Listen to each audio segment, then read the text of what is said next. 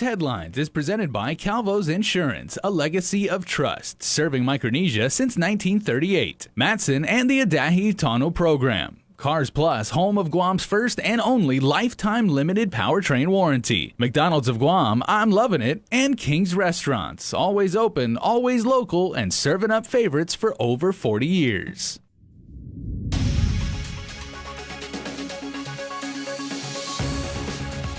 Starting now on Primetime, Guam records its 14th death related to coronavirus, a 59-year-old man.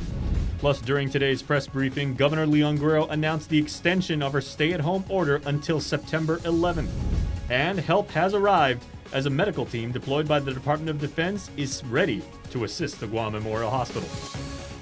We wish you and your family a hafa and good evening. Thanks so much for streaming us or watching us on KUAM TV. Everybody, I'm Jason Salas. And on a melancholy note, once again, we begin our broadcast as Guam has recorded its 14th COVID-related death. That announcement was made today by the governor during a much-awaited press conference in which she also declared an extension of her stay-at-home order. The latest death was a 59-year-old man who was admitted to GMH 10 days ago for respiratory failure and passed away Friday at around 9 a.m. One more person with family, friends, and people who loved him. One person who still had a lot of living to do. To the people of Guam, early in the pandemic, I said, we must prepare for rough days ahead. But even then, I could not have imagined losing this many people to this virus so soon.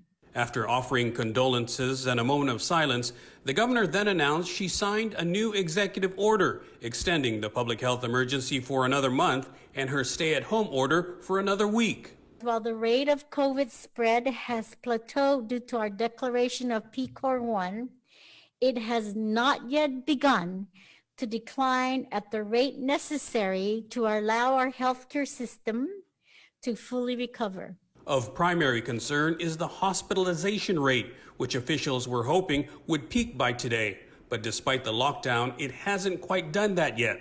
Until then, the governor says we have to stay the course. We have to continue staying home.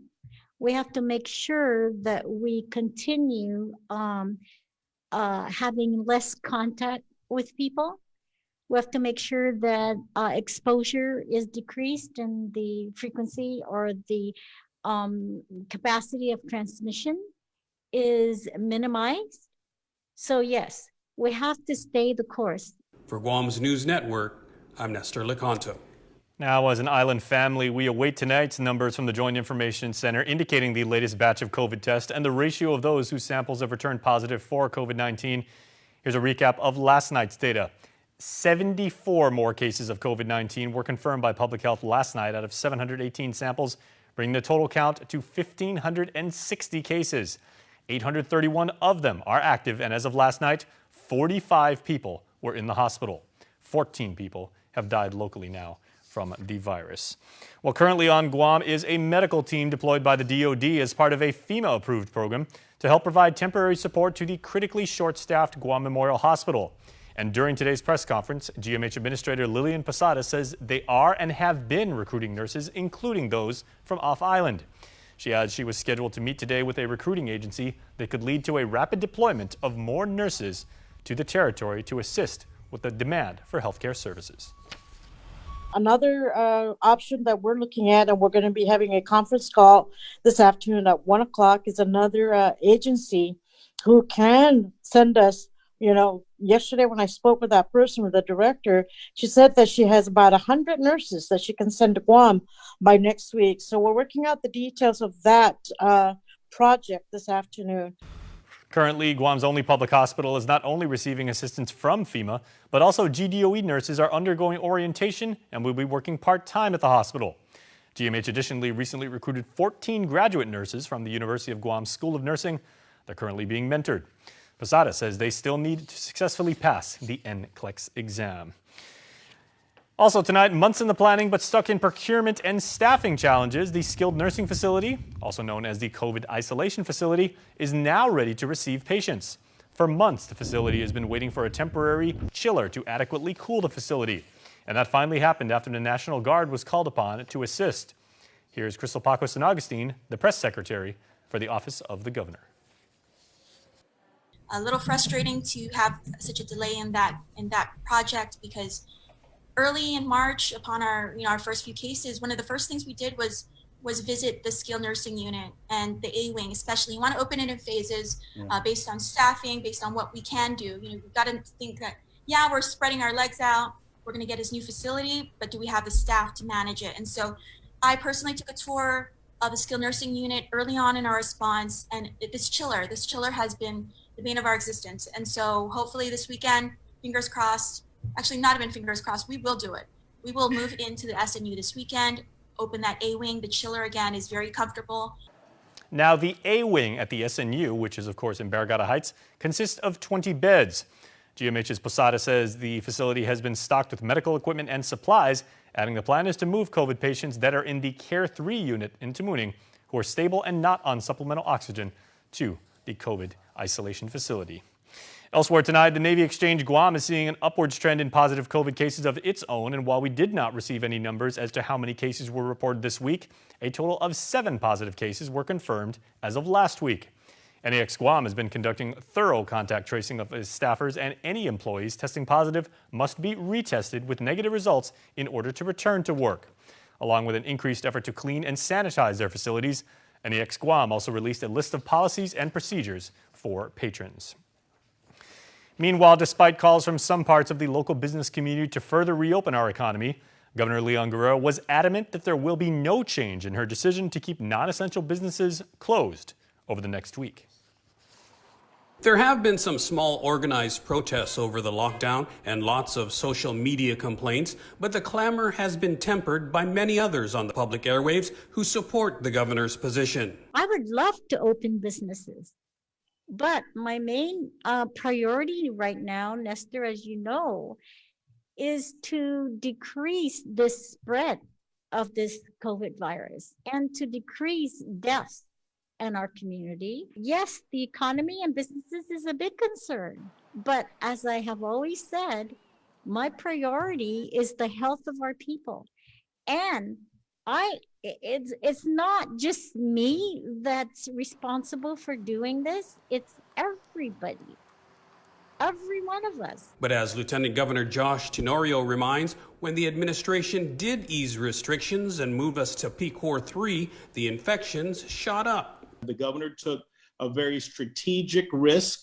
It was a risk to slowly and structurally reopen. I'll just point out that a lot of the other U.S. jurisdictions heavily reliant on tourism that have been affected, especially by increase in positive cases, primarily coming from the United States, are all in similar or more restrictive lockdowns. And I understand and I know that you're struggling and that your employees are scared and worried about their jobs.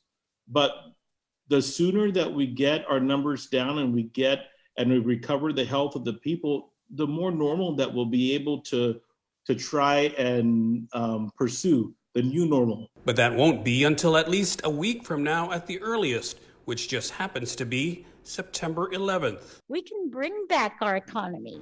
We can't bring back the loss of lives. For Guam's News Network, I'm Nestor Lecanto. And as the number of positive cases in our island community rises, the Guam Behavioral and Wellness Center has seen a surge of calls to its crisis hotline. September, if you didn't know, is also Suicide Awareness Prevention Month. And the sad news is that reportedly Guam has also seen a rise in the number of suicides. And it's very sad that that is happening.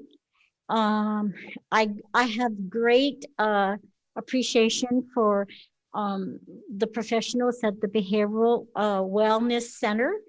And they inform me that the hotline that they put forward is very successful.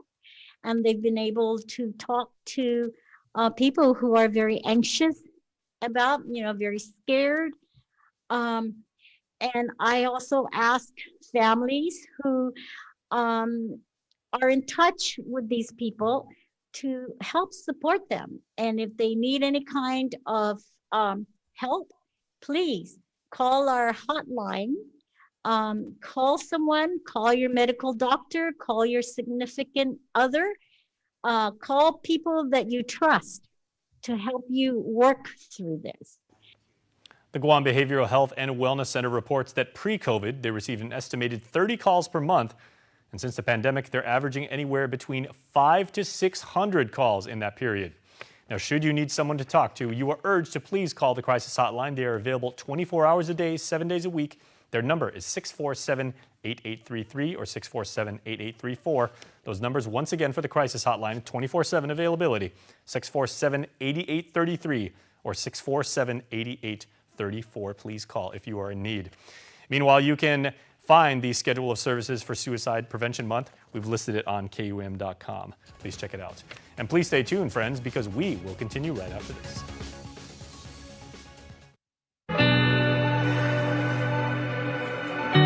We give most of our waking hours to preserve yours. When we're in it, nothing exists but you and the person that needs your help. It can be difficult at times. You can't help but take the weight of what you've seen home with you. There are days or nights that I need to leave it all behind, to let it go in the wind. But I'll always come back. I am a first responder, and I have given my life to this.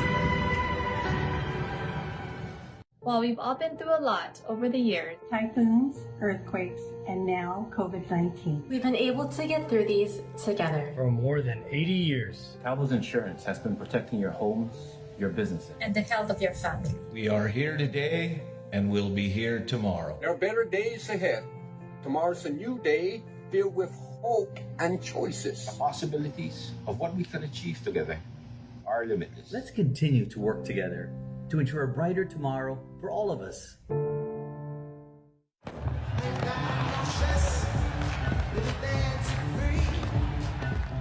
We didn't set out to make a hit.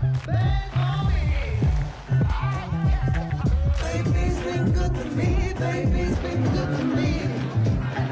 So many let me on my feet, so push let me on my feet.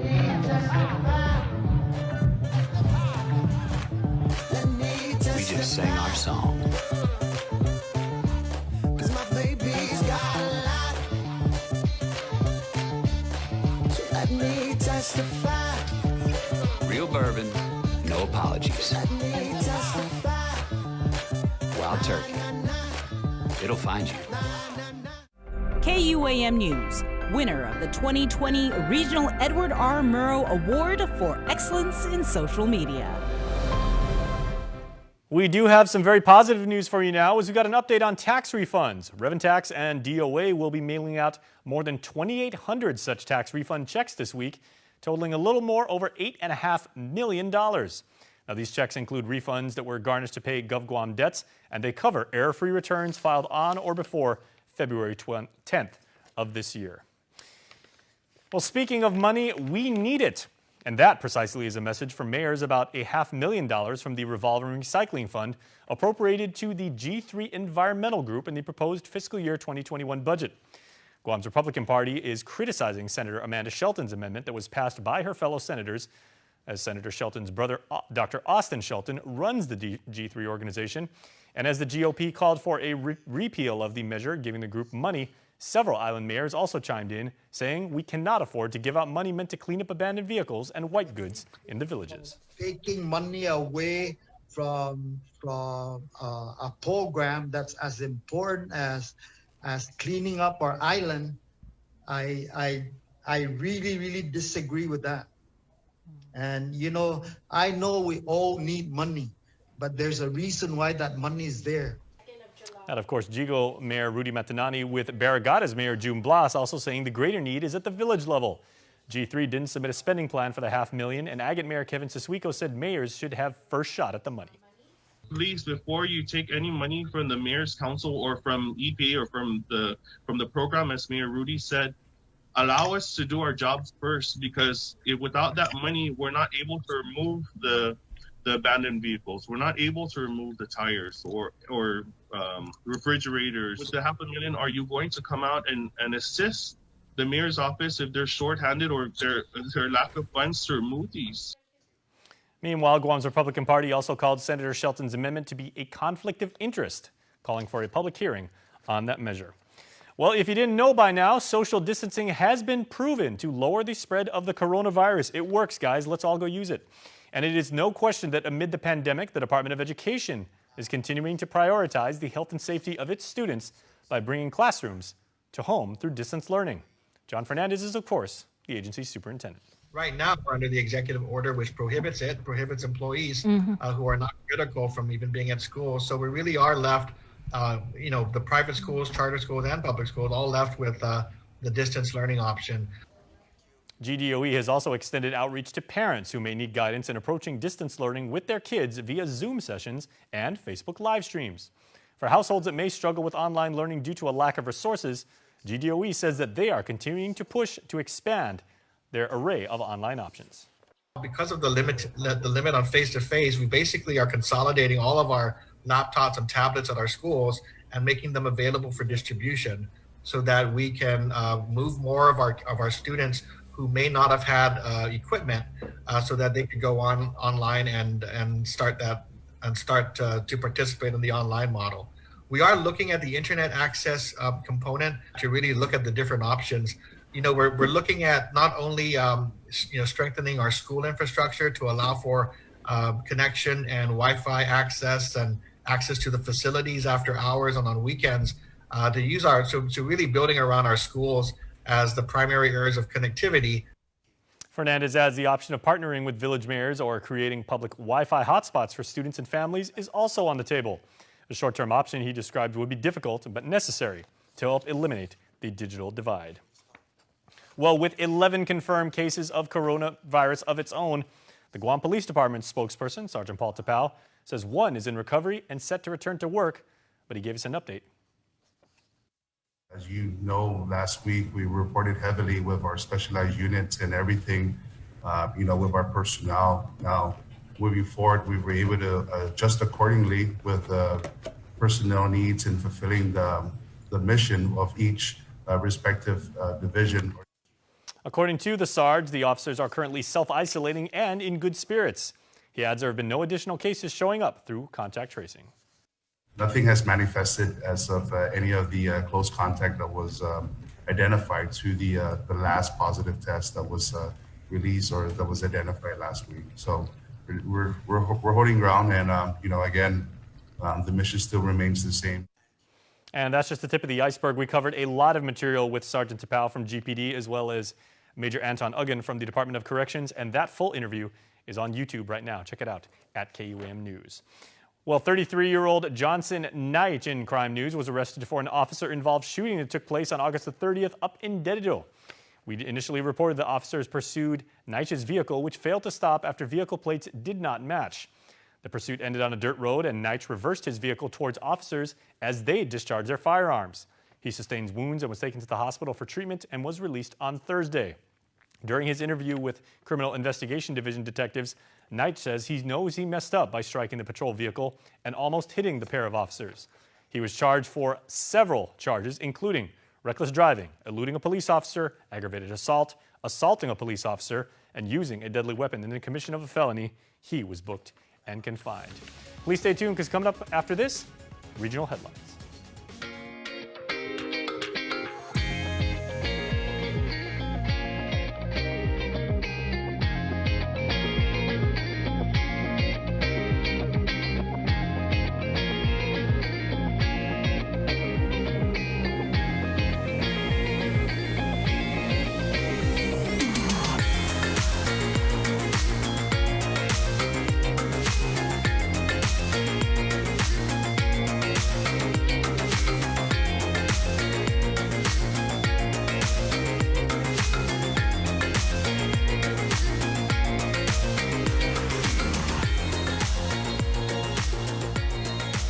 Your community calendar is brought to you by Taco Bell. Whether it's your first meal or your fourth meal, we've got you covered. Taco Bell, live Mas.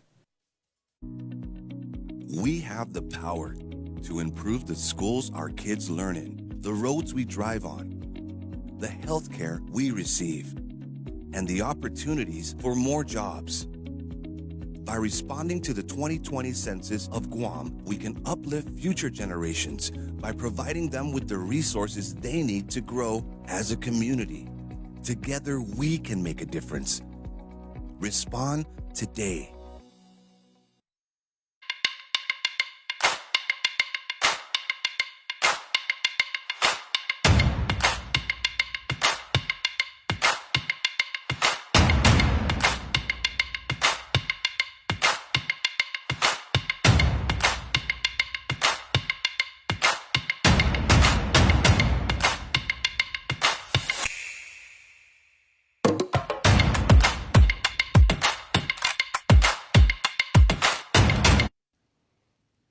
It's now time to go up to Saipan to check out our friends at KSPN2 News for a look at regional headlines. Hafa Guam, here are the headlines for CNMI. Officials from the Alcoholic Beverage and Tobacco Control are playing no games when it comes to following the COVID-19 directives. Over the weekend, 2 establishments were shut down for not complying with the guidelines. Cheers Karaoke Bar in Garapan and Cool Laundry in Cagman 3. Apparently, the laundromat was left unattended. There's nobody there to maintain crowd control and also to regularly and frequently sanitize the premises. For the bar, there was overcrowding at the bar area. There's no maintenance of crowd control and not maintaining social distancing. Not only was there no crowd control, but Maritita says individuals were writing false names on the logbook at Cheers Karaoke Bar. It may sound funny, but this is not a joke. Those people that are listing their names down in the logbook are not actually listing their real names, because some of them, except from the character from the Game of Thrones, is written down as Maximus, and the other one is Minimus. So we cannot actually, we cannot condone to that kind of business acumen of the premises. CHCC CEO Esther Muña says this sheet is important as it is used for contact tracing in the event a COVID-positive individual enters the establishment. Just wanted to emphasize the need for, cooperation, at least for the contact tracing. One of the reasons that was a concern for us is when, there's we don't have that, and it is a key ingredient to reopening anything. 2 other businesses, Saipan Vegas and Club 88, have temporarily closed their doors to fix some issues that could become violations of the COVID directives. When the directive was issued, there is a requirement under the directive for an updated reopening plans, as well as things that we see that needs some mitigation. So, not waiting for any changes within that environment at the 2 establishments. It was decided late Saturday evening, about 8:45, that we were going to go over and consult with the management for the 2 companies to, temporarily close business until the issues and documentations are updated and rectified. 245 inspections have been made by ABTC over the past week. 154 complied, and the remaining 35% have not been following the COVID-19 directives. These establishments were subsequently advised, educated, and warned at the same time, to fix the varying infractions that they have with respect to the compliance of Directive 14.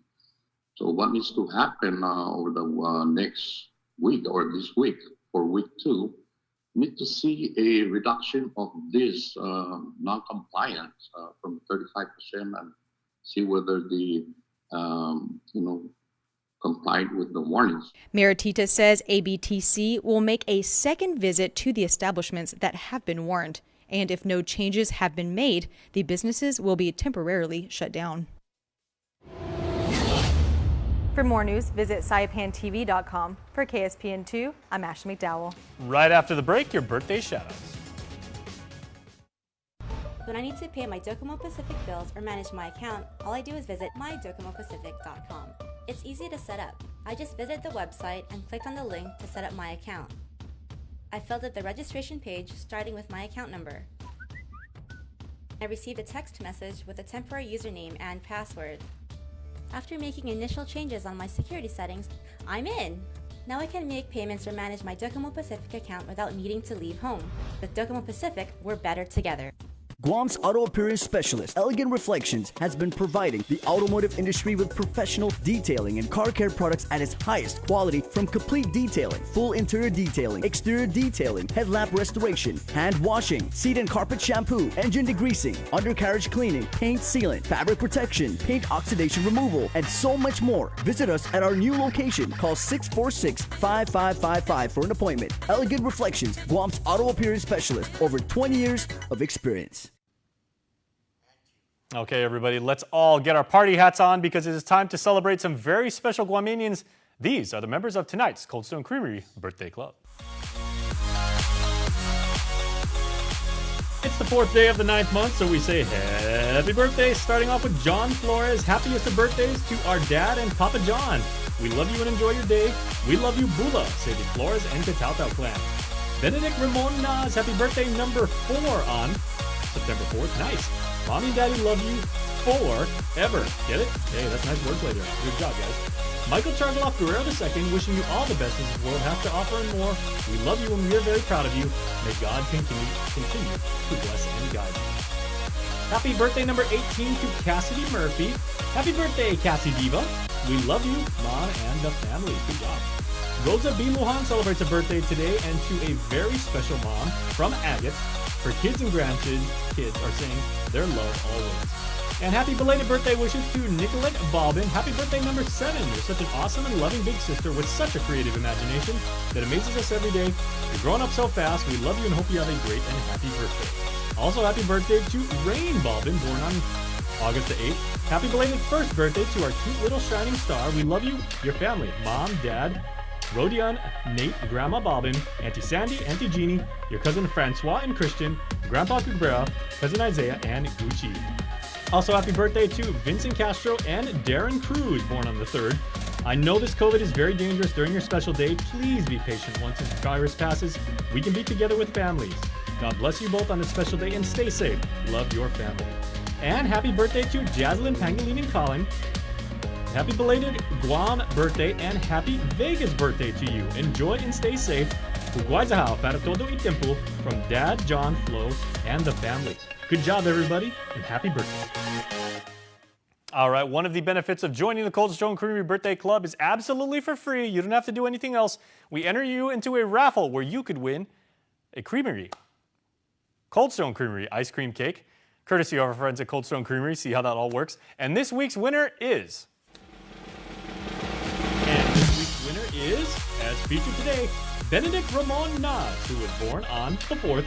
Benedict, we hope you have an extra happy birthday. And when it is safe to do so, we'll be in touch with you to let you know how you and your family can claim your Cold Stone Creamery ice cream cake. Happy birthday once again. Isn't that awesome?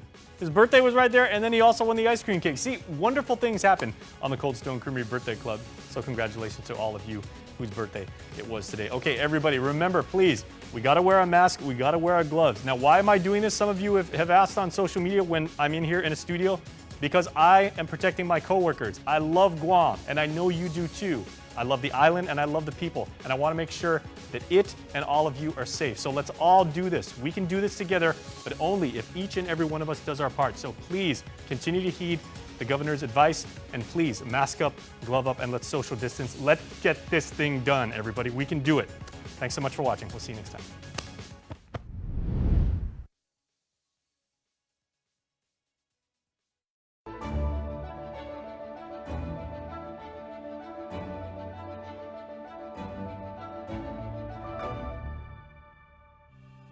Hafere, Ali, Ranadim, Kasilele, Lengwo, Yakwe, Mogathin, and welcome to the One Micronesia podcast. And in this episode, I want to dedicate it to a friend and a true Micronesian leader, Edmund Wengu, who passed away on August 20th, 2020. When you finally make your entrance to that city Edmund Wengu, also known to many as Eddie Boo, was the definition of a true Micronesian leader. He was born on Guam on February 27, 1987, graduated an Islander at JFK High School in 2005, and in 2006 he moved with family to the East Coast, and later in the years moved to Hawaii. But a part of him was always here in Micronesia, where he called home. So in 2013 he moved back to Guam and found his calling. I had the opportunity to speak with some of his family members, friends, and colleagues. They had so many stories and memories about Eddie Boo. I first met Ed in 2018 when I started with the organization, Big Brothers Big Sisters of Guam. And kind of when I first met him, you know, he just has this really infectious smile and laugh. And so, you know, I just like kind of saw him as like a very joyful person. So the first time I actually met Ed was back in Pohnpei 2014. He was the one that came, checked up on me and Max Kepway at our little dorms that we were at. He actually came out of nowhere, just came to pick us up for, I guess, just for the purpose of, you know, his appreciation of us sacrificing, you know, our own time voluntarily just to represent Truk and all that, you know. Oh, so just random, man. The first time I ever met him, I was traveling to Las Vegas with the Guam national team. So I was walking through the terminal, and he used to work for United. I guess lived in Hawaii. So I just walked up, and he was at the desk. So I was asking him, I was like, "Hey, is it possible to switch my flight? You know, can you hook it up?" I met Ed in high school. We were friends prior to us working together, and I was glad I got the opportunity of working with him at the Micronesia Resource Center. With a couple of guys, we went and hang out, we played volleyball practice, and then I came across this very jolly, always happy guy. I saw the job announcement and I applied, and they called me, and he was the one that interviewed me. I met Ed, it was through friends of friends, like in 2014 when I was still a university student. When I first saw him, I was, you know, his beard kind of took me aback. Yeah.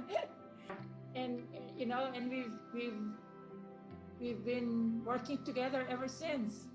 Yeah, the first time I met him, you know, I was just very, very impressed when I met him. I thought, wow, this is a very smart young individual. You know, he's a smart young guy, very well spoken, very well educated, and just seemed really, you know, really on it. Like he was really ready to just help the people.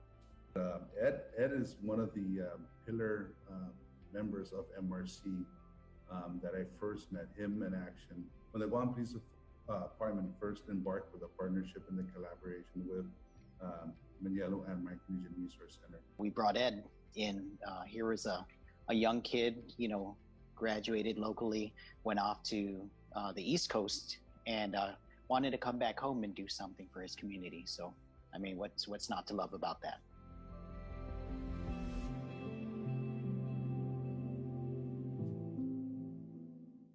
You know, back in 2018, I had moved on to another job. And Ed called me and asked, you know, hey, we have an opening for our program director. You know, if you know anybody, you know, please let me know. And I was like, dude, why not you? You know, and here was Ed, you know, just as humble as he can be, saying, you know, I don't have a degree, I don't have experience. I'm like, what experience do you need? You know, and so I wrote this letter, and it was a recommendation letter, and I think it took him a while to really gain the confidence to apply for the job as program director of Micronesian Resource Center. Ed had only been with the organization for not even a year, so he was there before me, but he had already really proven to the previous executive director that he had real potential for leadership, and he had already been promoted to a case manager position. Shortly after I had taken over the organization, the project director position opened up at the Micronesian Resource Center. And, you know, kind of the couple of months of knowing Ed and kind of seeing, you know, the leadership that he provided and seeing how like the team, you know, really looked up to him, I knew that he was really perfect for the position. I believed in him from day one.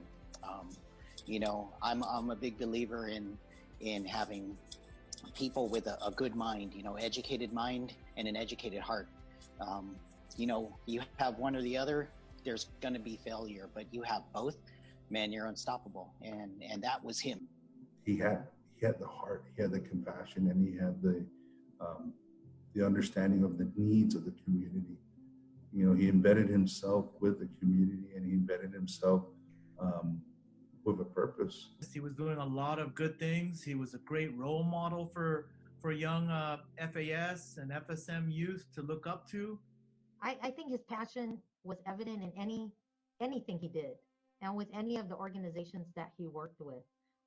So I just really want people to always remember that passion and that caring, and also that sincerity, right? You could really feel that. He wouldn't, you know, there was no, I hope my language is not bad, but there was no BS, right, with him. And so I really appreciate that. Visionary. I already said selfless, and I don't think I can ever stop saying selfless. He always puts others before him. Even though at work, he treated us with equality. It makes myself and it makes my team members very proud to work for an organization that has been on island for many years with its focus on reliability, dependability, and commitment to the communities that they operate in. Matson's a great corporate citizen to the community. We all benefit from any sort of environmental commitment we make. One of the ways that we do that is with our Adahi Utano program. There's action behind it, and so action breeds commitment. With the Kaimana Gila coming to Guam, this brings a new age and modernization to the island. It's exciting for me because it's a brand new ship and we can carry more freight into the island. It just shows growth for Guam and Micronesia. Matson would be nothing without its customers, and we hope to continue to serve you for decades to come.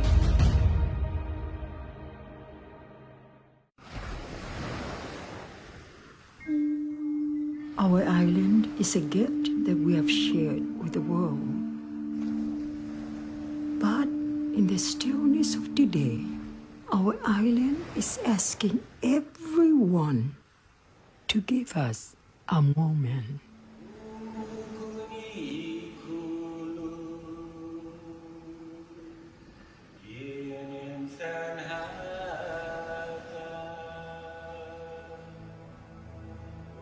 To be with our family,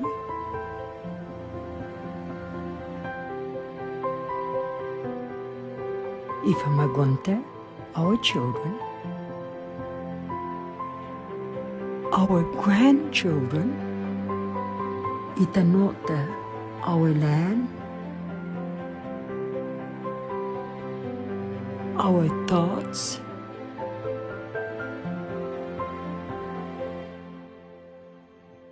to be creative.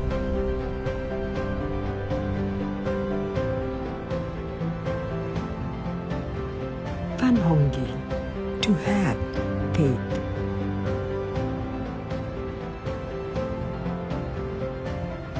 To be with the things we know and the things you've come to love. Give us a moment, and we will share one together soon.